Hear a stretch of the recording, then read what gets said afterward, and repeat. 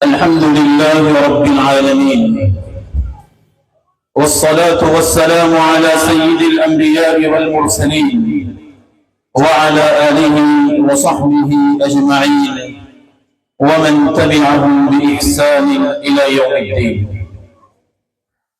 أما بعد، فأعوذ بالله من الشيطان الرجيم. بسم الله الرحمن الرحيم. قل بفضل الله وبرحمته فبذلك فليفرحوا هو خير مما يجمعون. وعن ابي موسى الاشعري رضي الله عنه قال قال رسول الله صلى الله عليه وسلم: ان من اجلال الله اكرام ذي الشيبه المسلم وحامل القران غير الغال فيه والجافي عنه، وإكرام السلطان المقصد، أو كما قال عليه الصلاة والسلام. صدق الله العظيم وصدق رسوله النبي الكريم، ونحن على ذلك لمن الشاهدين والشاكرين، والحمد لله رب العالمين. برادران محترم، عزیزان گرامی قدر، عزیز طلبہ، میرے معزز مکرم دینی اسلامی بھائیوں، میں اور آپ نہایت سعادت مند اور خوشبخت ہیں کہ اللہ تعالیٰ نے مجھے اور آپ کو قرآن کریم کی مناسبت سے منعقد ہونے والی اس بابرکت اور عظیم الشان مجلس میں شرکت کی سعادت عطا فرمائی. واقعات یہ ہمارے لیے نہایت خوش آئند بات ہے اور نہایت سعادت مندی اور خوشبختی کا مقام ہے.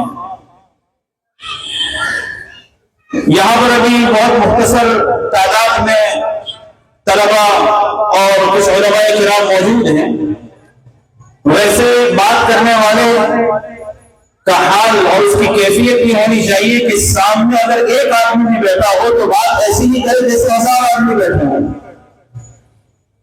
ہمارے شیخ محترم حضرت مولانا محمد قمر الزمان صاحب الہ آبادی دعوت برکاتہ فرمایا کرتے ہیں کہ میرے شیخ حضرت شاہ وسیع اللہ صاحب الہ آبادی رحمۃ اللہ علیہ ایک چھوٹے سے کمرے کے اندر مجھے بہت ساری باتیں بیان کرتے تھے. نصائح کا ایک سیلاب ہوتا تھا اور بہت ساری علمی اور عرفانی باتیں ہوا کرتی تھی، لیکن حضرت فرماتے تھے کہ آج یہ بات میں اس چھوٹے سے کمرے میں کہہ رہا ہوں، یہ بات کمرے سے باہر ابھی کوئی نہیں سن رہا ہے، لیکن ایک وقت آئے گا کہ یہ باتیں دنیا کے کونے کونے میں پھیل جائیں گی. قلندر ہر سے گوئے دینا گویا، قلندر جو کچھ کہتا ہے دیکھ کر کہتا ہے. اللہ تعالیٰ نے شیخ محترم حضرت مولانا محمد قمر الزمان صاحب الہ آبادی دعوت برکاتہ کو ایسی صحت عافیت اور طول عمر سے اللہ تعالیٰ نے نوازا. ماشاء اللہ، اللہ تعالیٰ ان کو مزید صحت دے، عافیت دے، قوت دے، ہمت دے، حوصلہ دے اور مزید دین متین کی نشر و اشاعت کے لیے قبول فرمائے کہ حضرت کے ذریعے حضرت شاہ وسیع اللہ صاحب کے علوم پوری دنیا میں پھیل گئے. بہرحال اصل تو بات کے اندر اخلاص ہونا چاہیے. میرے پاس وقت بہت مختصر ہے، مجھے آگے سفر بھی کرنا ہے، 10-15 منٹ کا وقت ہے. میں نے آپ کے سامنے خطبے میں ایک روایت پڑھی ہے جو امام ابو داؤد رحمۃ اللہ علیہ نے اپنے سنن میں نقل کی ہے، اور اسی طرح امام بیہقی، ابن خزیمہ وغیرہ محدثین نے اپنی کتابوں میں اس روایت کو نقل کیا ہے. حضرت ابو موسیٰ اشعری رضی اللہ عنہ فرماتے ہیں، یہ جلیل القدر صحابی ہیں. امام ذہبی رحمۃ اللہ علیہ نے سیر و اعلام النبلاء میں لکھا ہے کہ صحابہ کرام میں ابو موسیٰ اشعری رضی اللہ عنہ سے بہتر کسی کو آواز نہیں دی گئی، بہترین تلاوت کرتے تھے. یہاں تک کہ نبی کریم صلی اللہ علیہ وسلم نے ان سے متعلق فرمایا اعطی مزمارا من مزامیر آل داؤد، آل داؤد کو جو خوش الہانی دی گئی تھی، ایسی خوش الہانی اس کا کچھ حصہ ابو موسیٰ اشعری کو بھی دیا گیا. متعدد روایات ہیں.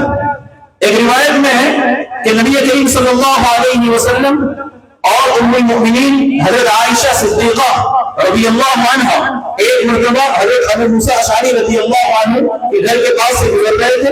حضرت ابو موسیٰ تلاوت فرما رہے تھے تو آپ علیہ السلام اور حضرت عائشہ دونوں ان کی تلاوت سننے کے لیے ٹھہر گئے. دوسرے دن جب یہ بات ان کے سامنے بیان کی گئی تو حضرت ابو موسیٰ اشعری رضی اللہ عنہ نے کہا کہ اگر مجھے معلوم ہوگا لعبرت تحدیرا وشوقت تشویقا تو میں اور بھی بنا سوال کر اور بھی مزے لے کر تلاوت کر. نبی کریم صلی اللہ علیہ وسلم بھی اپنے صحابہ کی تلاوت کو سنتے تھے. اس سے یہ معلوم ہوا کہ جہاں تلاوت کرنا یہ نبی کریم صلی اللہ علیہ وسلم کی سنت ہے، وہیں پر کسی کی تلاوت کو سننا یہ بھی آپ علیہ السلام کی سنت ہے. بہرحال یہ روایت ہے حضرت ابو موسیٰ اشعری رضی اللہ عنہ اس روایت کو نقل فرماتے ہیں ان من اجلال اللہ، اللہ تعالیٰ کے اکرام میں سے یہ ہے، کیا ہے؟ اکرام بالشیبۃ المسلم، معمر بوڑھے جس کی داڑھی سفید ہو رہی ہے ایسے مسلمان شخص کا اکرام کرنا، بوڑھے مسلمان کا جس نے اسلام کے اندر اپنی عمر کی کئی بہاریں گزار دی، ایسے شخص کا اکرام کرنا یہ اللہ کے اکرام میں سے ہے، اللہ کی تعظیم میں سے ہے. اور دوسری بات ارشاد فرمائی وحامل القرآن غیر الغال فیہ والجاف عنہ، اور اللہ کے اکرام میں سے یہ ہے کہ حامل قرآن کا اکرام کیا جائے بشرطے کہ وہ قرآن میں غلو کرنے والا نہ ہو اور قرآن سے دور نہ ہوتا ہو. اور تیسری بات وَإِكْرَامَ ذِي السُّلْطَانِ الْمُقْسِطِ، انصاف پرور بادشاہ حاکم رئیس کا اکرام کرنا یہ بھی اللہ کے اکرام اور تعظیم میں سے. اس روایت میں تین باتیں نبی کریم صلی اللہ علیہ وسلم نے ارشاد فرمائی. مسلمان بوڑھے کا اکرام کرنا اللہ کے اکرام میں سے، اس کا اکرام یہی ہے کہ اگر وہ مجلس میں حاضر ہو جائے تو اس کی شائن شان جگہ پر اس کو بٹھایا جائے، اس کے سامنے نرم لہجے سے گفتگو کی جائے، اچھے الفاظ سے اس کو پکارا جائے، اس کو آگے کیا جائے، موقع ہو تو پہلے گفتگو کرنے کا اسے موقع دیا جائے، اس کا مذاق نہ اڑایا جائے، اس کا ٹھٹھا نہ کیا جائے. یہ ہے اکرام. خود اللہ رب العزت بھی بوڑھے کا اکرام فرماتا ہے. روایت میں آتا ہے کہ جس میں جو شخص اسلام میں بوڑھا ہوگا مجھے شرم آتی ہے کہ میں اس کو جہنم لاؤں.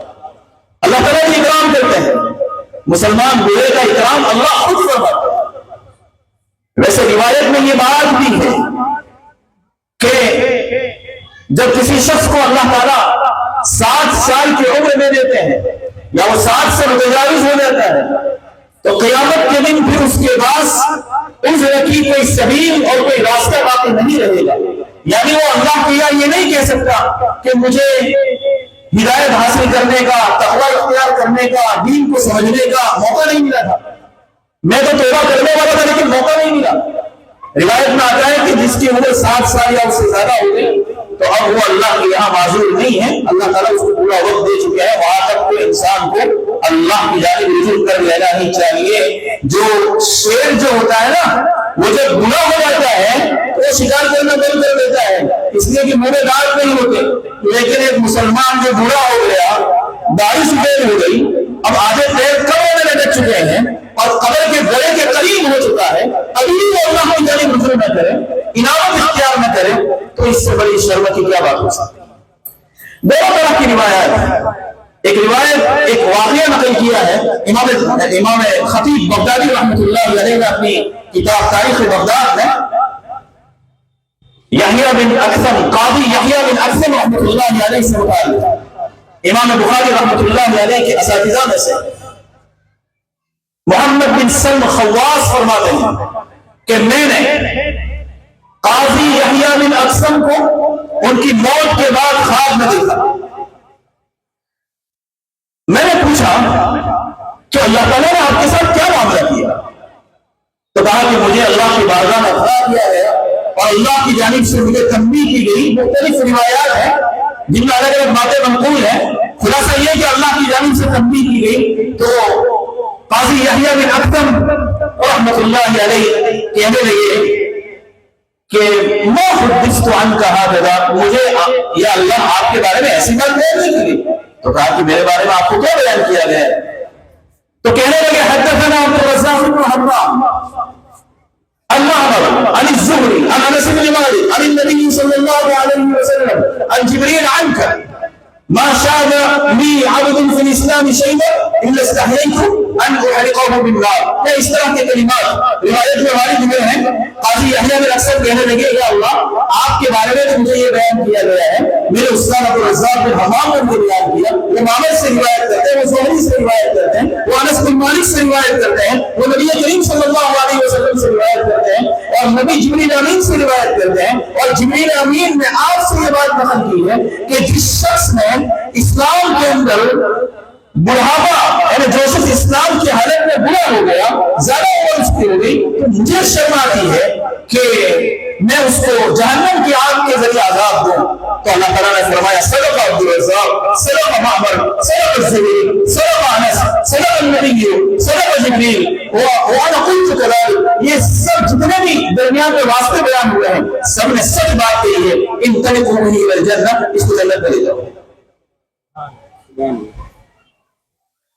بہرحال بات یہ ہے کہ اللہ کے اکرام اور تعظیم میں سے یہ ہے کہ آدمی بوڑھے مسلمان کا اکرام کرے. مسلمان کی قید روایت ہے, بعض شارحین نے لکھا کہ اگر مسلمان نہیں ہے, غیر مسلم ہے لیکن برا ہے, تو اس کا بھی اکرام کرنا چاہیے. لیکن مسلمان برے میں اور غیر مسلم برے کے درمیان اکرام کے اعتبار سے فرق ہوگا.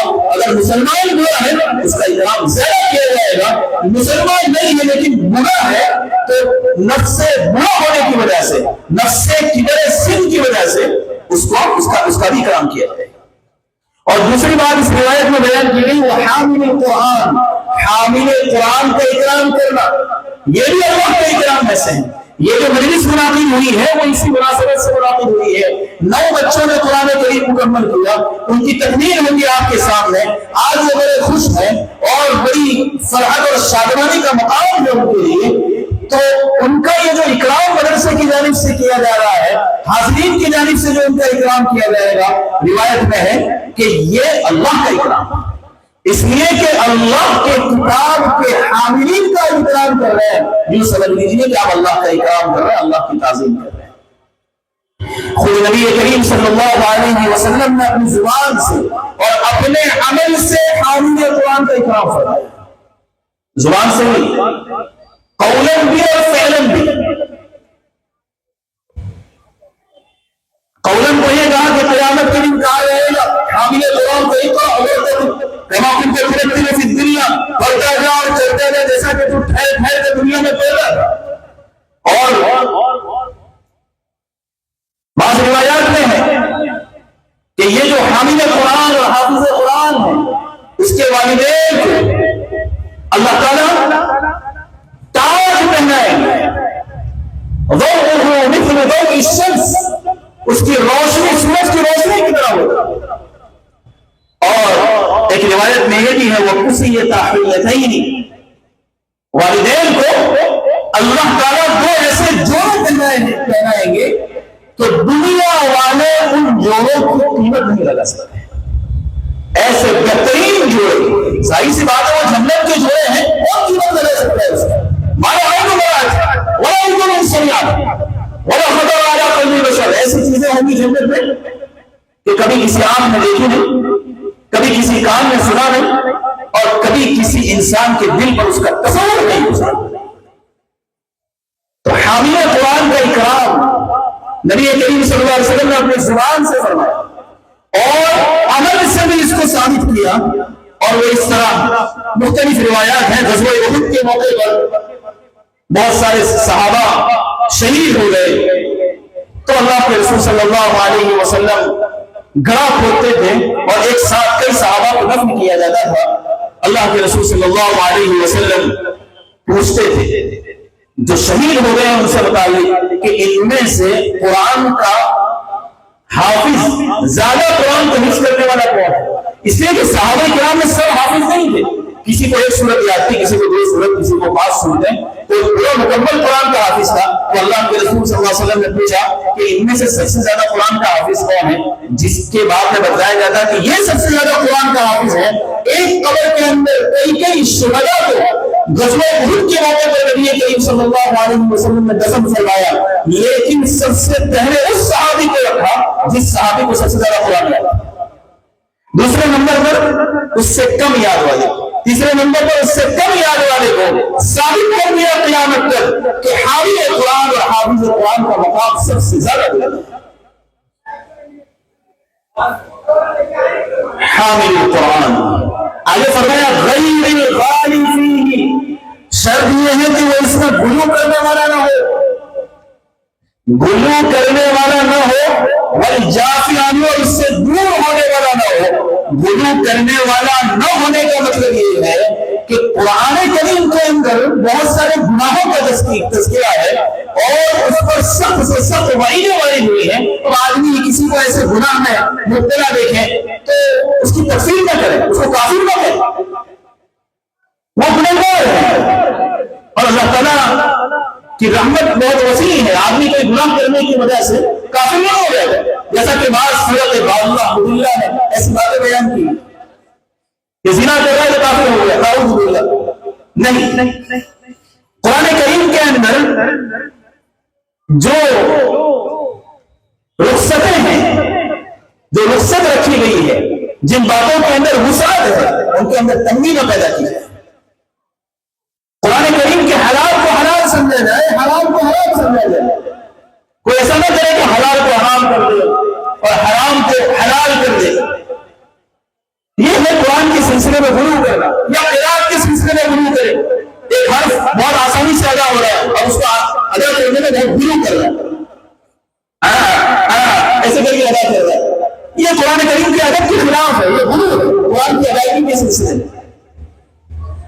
اسی طرح قرآن سے دور ہونے والا نہ ہو، یعنی قرآن کو حفظ کر لیا لیکن اب قرآن کی تلاوت نہیں کر رہے ہیں یا قرآن پر عمل نہیں کر رہا ہے. یہ قرآن سے دور ہونا ہے. جو بچے اس مجلس کے اندر قرآن کریم کے حفظ کی تکمیل کر رہے ہیں انہیں میں خصوصاً کہوں، اور جو بچے یہاں پر قرآن کے حفظ میں مشغول ہیں اور یہ میری آواز جہاں تک جائے ایسے تمام حفاظ سے میں کہوں گا کہ صرف حفظ کر لینا کافی نہیں، بلکہ حفظ کرنے کے بعد قرآن کریم کی ان آیات کو عملی جامہ پہنانا یہ ہماری ذمہ داری ہے. مختلف فتاوی موجود ہیں اور روایات کی روشنی میں مفتیان کرام نے کہا ہے کہ تاج ان حفاظ کرام کے والدین کو پہنایا جائے گا جن حفاظ کرام نے قرآن پر حفظ کرنے کے بعد عمل بھی کیا. اس لیے کہ روایت میں ہے وہ امین بیماری ساتھ ساتھ میں اس پر عمل بھی کیا، لیکن ساتھ میں فتاوا میں یہ بھی ہے کہ کوئی آدمی عمل میں کوتاہی کر رہا ہے لیکن توبہ بھی کر رہا ہے تو انشاءاللہ اللہ تعالیٰ اپنی رحمت سے اس کے والدین کو بھی تاج پہنائیں گے اور ان کا بھی خصوصی اکرام کیا جائے گا. تو بات یہ ہے کہ قرآن سے دور نہ ہو، وہ قرآن پر عمل کرے اور ساتھ ساتھ میں قرآن کی مسلسل تلاوت کرے. آپ اسلاف کی زندگی کا مطالعہ کیجیے کہ ہمارے اسلاف قرآن کے ساتھ کیسے مربوط تھے. جب آدمی قرآن سے مربوط رہتا ہے وہ تر تازہ رہتا ہے. پیرس والے شجر سے امید بہار، یہ ہمارا شجر ہے، یہ حبل اللہ المتین ہے، اللہ کی مضبوط رسی ہے. اگر ہم نے قرآن کو مضبوطی سے تھاما یہ سمجھ لیجیے کہ ہمارا تعلق اللہ سے مضبوط ہے. اگر ہم قرآن سے دور ہو جائے قرآن کے اعتبار سے، سیکھنے سکھانے کے اعتبار سے، عمل کے اعتبار سے، اکرام اور احترام کے اعتبار سے یہ سمجھ لیجیے کہ ہم اللہ سے دور ہو جائے. اگر اس دنیا کے اندر ہمیں اللہ سے جوڑنے والی اگر کوئی چیز ہے تو یہ قرآن کریم ہے، یہ حبل اللہ المتین ہے، یہ رسی ہے. اس کا ایک سرا ہمارے ہاتھ میں ہے، دوسرا سرا اللہ کے پاس ہے. اس کو مضبوطی سے تھامو اور اللہ تک پہنچ جاؤ. میرے بھائی قرآن کی تلاوت کا اہتمام کو آگے رمضان کا نہیں آ رہا ہے، ابھی سے قرآن کی تلاوت کا اہتمام کیجیے اور رمضان میں کثرت سے تلاوت کیجیے. مختلف واقعات ہمارے اسلاف کے سلسلے میں آپ نے بہت کچھ سن رکھا ہوگا.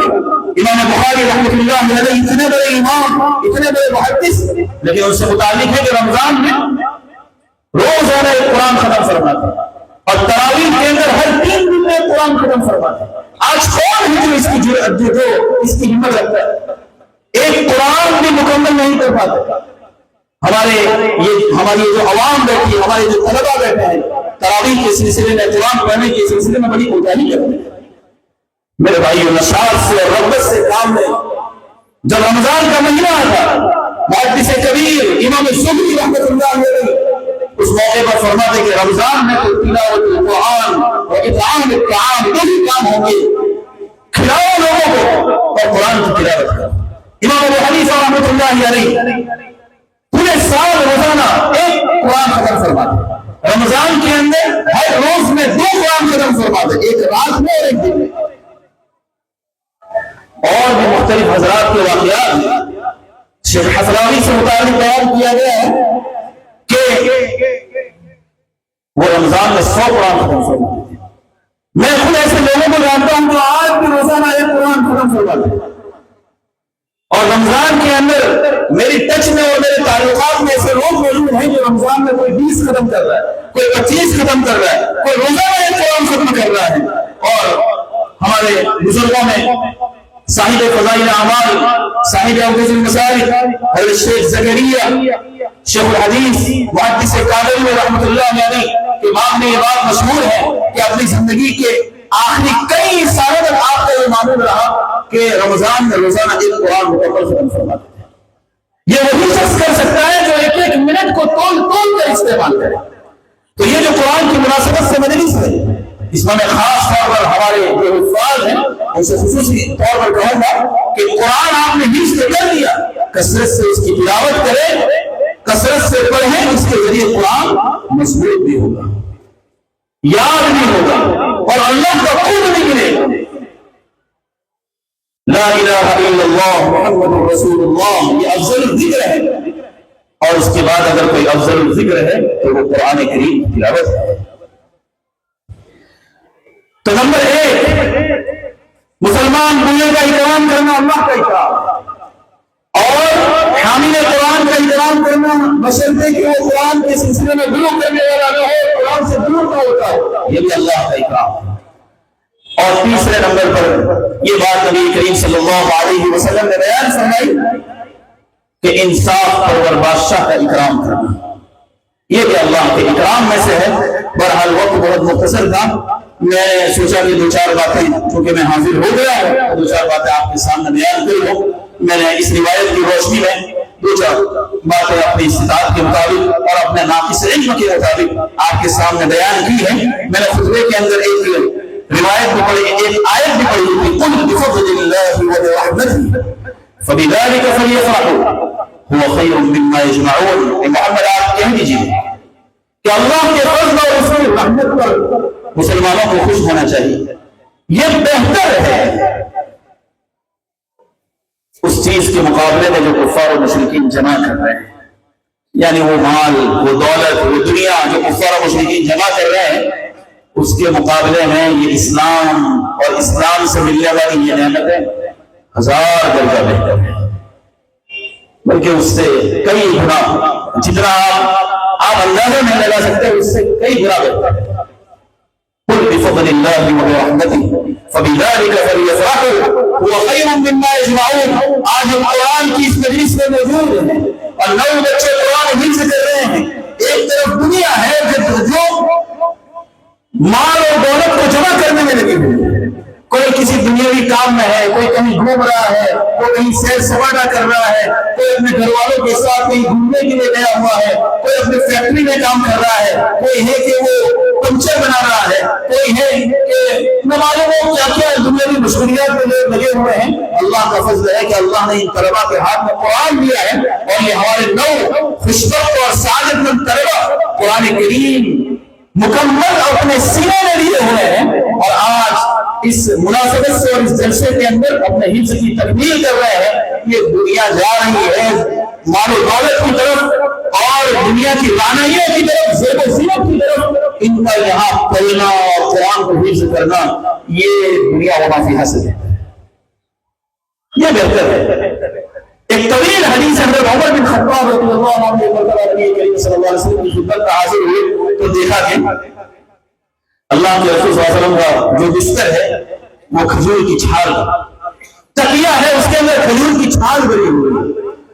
حضرت عمر فرماتے کہ میں نے دیکھا کہ بستر جو ابھرا ہوا تھا کھجور کا بنا ہوا، آپ علیہ السلام کے پہلو پر اس کے نشانات پڑ گئے ہیں، اور جو تکیہ ہے اس کے اندر کھجور کی چھال بھری ہوئی ہے۔ پورے کمرے کے اندر نگاہ پھرا کر دیکھا تو 3 چمڑے لٹکے ہوئے اور کچھ نہیں تھا۔ یہ کس کے کمرے کی اور کس کے بستر کی اور کس کے تکیے کی بات ہو رہی ہے؟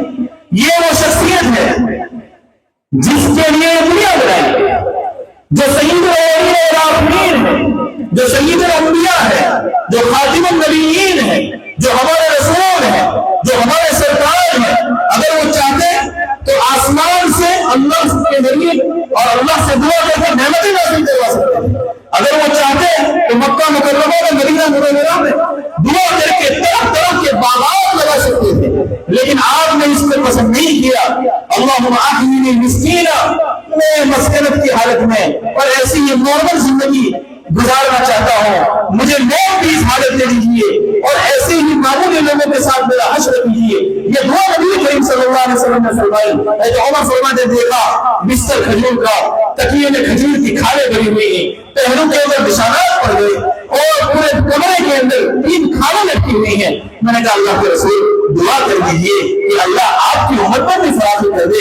یہ فارس و روم اور وہاں کے بادشاہ اتنے فراخی میں ہیں اور اتنے عیش و عیش کے اندر زندگی گزار رہے ہیں، حالانکہ وہ تو کفر کرتے ہیں، شرک کرتے ہیں، اللہ کا انکار کرتے ہیں، اللہ کو نہیں مانتے ہیں۔ اللہ کے رسول دعا کر دیجیے۔ اللہ کے رسول صلی اللہ علیہ وسلم نے فرمایا افی شک انت یا ابن الخطاب، اے ابن خطاب ابھی بھی تم شک میں ہو؟ لہم فی الدنیا ولنا فی الآخرہ، یہ سب جو نعمتیں آپ کو جو نظر آ رہی ہیں وہ ان کے لیے دنیا میں، ہمارے لیے سب نعمتیں آخرت میں رکھی ہوئی ہیں۔ اللہ نے سب کچھ ہمارے لیے آخرت میں رکھا ہے۔ دنیا کے اندر یہ سب زیب و زینت اور رعنائی جو آپ کو نظر آتی ہے کہیں کہیں پر، میرے بھائیو یہ سب دھوکے کا گھر ہے، یہ مچھر کا پر ہے، یہ مکڑی کا جالا ہے، یہ سب فنا ہونے والی چیزیں ہیں۔ ایک مرتبہ ایک نرم کپڑا نبی کریم صلی اللہ علیہ وسلم کی خدمت میں آیا، ایک رومال، تو صحابہ چونکہ بہت سیدھے سادے تھے، وہ ایسے اچھی چیزیں دیکھتے نہیں تھے۔ اللہ کے رسول کی خدمت میں پہنچا رومال تو صحابہ ایسے ہاتھ لگانے لگا، ایسے کتنا نرم ہے، کتنا نرم ہے۔ اللہ کے رسول صلی اللہ علیہ وسلم نے فرمایا لمنادیل سعد بن معاذ فی الجنۃ خیر من هذا، میرے صحابی سعد بن معاذ کی جنت میں جو رومال ملیں گے نا وہ اس سے کہیں زیادہ بہتر ہے۔ یہ کیا آپ اس کو دیکھ رہے ہو، اس میں کیا ہے؟ کچھ بھی نہیں ہے اس میں۔ اللہ کے رسول صلی اللہ علیہ وسلم نے اپنے صحابہ کا ذہن آخرت کی طرف ہمیشہ متوجہ کیا۔ بہرحال یہ دیکھنے میں چھوٹی سی مجلس لگ رہی ہے، لیکن یہ بڑی مجلس ہے، اس کے تذکرے آسمانوں پر ہو رہا ہے۔